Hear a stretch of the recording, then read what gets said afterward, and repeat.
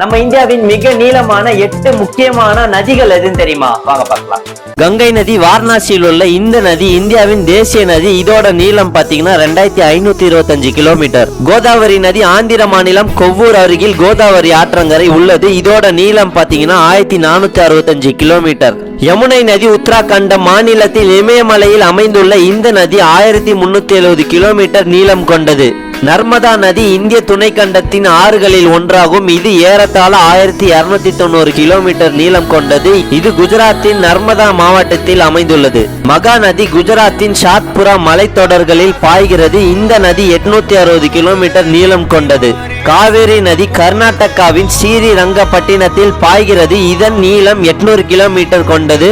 இந்த நதி தமிழ்நாட்டை கடந்து செல்கிறது. தப்தி நதி இந்தியாவின் மத்திய பிரதேச மாநிலத்தில் பேதுல் பகுதியில் தோன்றுகிறது. இதோட நீளம் பார்த்தீங்கன்னா 724 கிலோமீட்டர் நீளம் கொண்டது.